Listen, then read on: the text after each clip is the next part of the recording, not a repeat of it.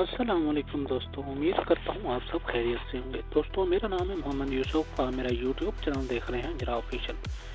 دوستوں آج ہم بات کریں گے ملکہ بلقیس کا قبول اسلام۔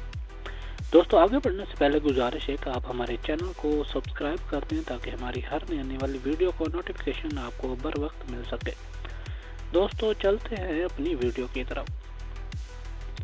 دوستوں جب ملکہ بلقیس شام میں حضرت سلیمان علیہ السلام کے محل میں پہنچی تو حضرت سلیمان علیہ السلام نے ان کا استقبال کیا۔ استقبالیہ تقریب کے اختتام پر حضرت سلیمان علیہ السلام نے ملکہ بلقیس کو محل کے اس مخصوص حصے کی جانب چلنے کی دعوت دی جو جنات کے ذریعے خصوصی طور پر ملکہ کے لیے تیار کروایا گیا تھا۔ ملکہ حضرت سلیمان علیہ السلام کے محل کے طلسم میں کھوئی ہوئی تھی کہ حضرت سلیمان علیہ السلام نے ان کی اندرونی کیفیت کا اندازہ کرتے ہوئے انہیں ایک بار پھر محل کے اندرونی حصے میں چلنے کی دعوت دی۔ ملکہ بلقیس دنیا کی عظیم ترین بادشاہت کی حسین ترین ملکہ تھی۔ ان کے وہم و گمان میں بھی نہ تھا کہ اس دنیا میں کوئی اور ہستی ان سے بھی زیادہ جاہ و جلال کی مالک ہو سکتی ہے۔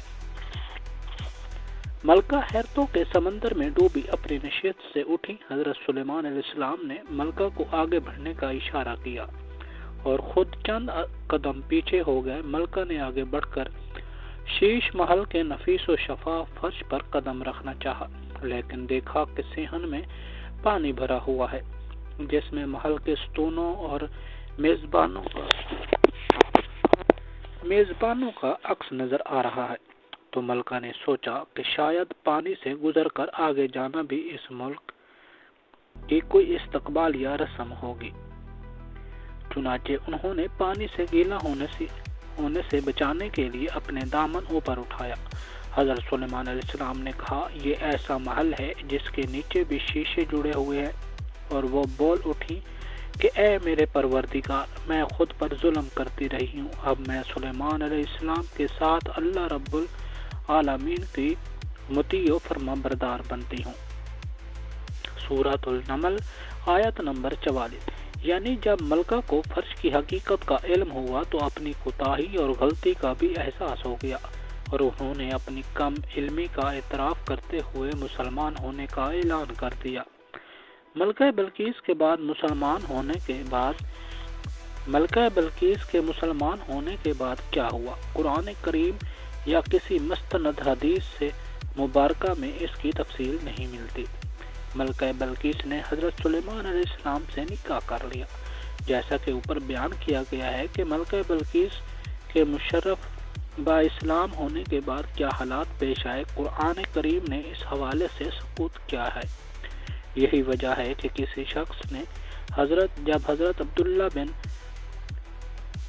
عیینہ سے پوچھا کہ کیا حضرت سلیمان علیہ السلام نے بلقیس کے ساتھ نکاح کر لیا تھا، تو انہوں نے فرمایا کہ قرآن نے اس معاملے میں جتنا بیان کر دیا ہے وہ کافی ہے، ہمیں بھی اس کے بعد کی تفتیش میں پڑھنے کی ضرورت نہیں ہے۔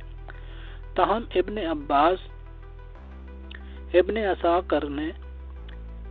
ابن اساکر نے حضرت اکرمہ رضی اللہ تعالی عنہ سے روایت کیا ہے کہ اس کے بعد ملکہ بلقیس حضرت سلیمان علیہ السلام کے نکاح میں آ گئی تھی۔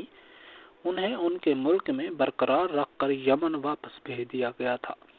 حضرت سلیمان علیہ السلام ہر مہینے وہاں تشریف لے جاتے اور 3 روز قیام فرماتے تھے۔ حضرت سلیمان علیہ السلام نے ان کے لیے ملک یمن میں 3 عمدہ محلات ایسے تعمیر کروا دیے تھے جن کی مثال و نظیر نہیں ملتی۔ واللہ سبحانہ وتعالی عالم۔ واللہ سبحانہ وتعالی عالم۔ دوستو یہ تھی ہماری آج کی ویڈیو۔ امید کرتا ہوں آپ کو ہماری ویڈیو اچھی لگی ہوگی۔ دوستو اگر ویڈیو اچھی لگی ہے تو ویڈیو کو لائک کر دیں، چینل کو سبسکرائب کر دیں تاکہ ہماری ہر نئی آنے والی ویڈیو کو نوٹیفیکیشن آپ کو بر وقت مل سکے۔ دوستو ملتے ہیں ایک نئی ویڈیو کے ساتھ، تب تک اپنا بہت سارا خیال رکھیے گا۔ اللہ حافظ۔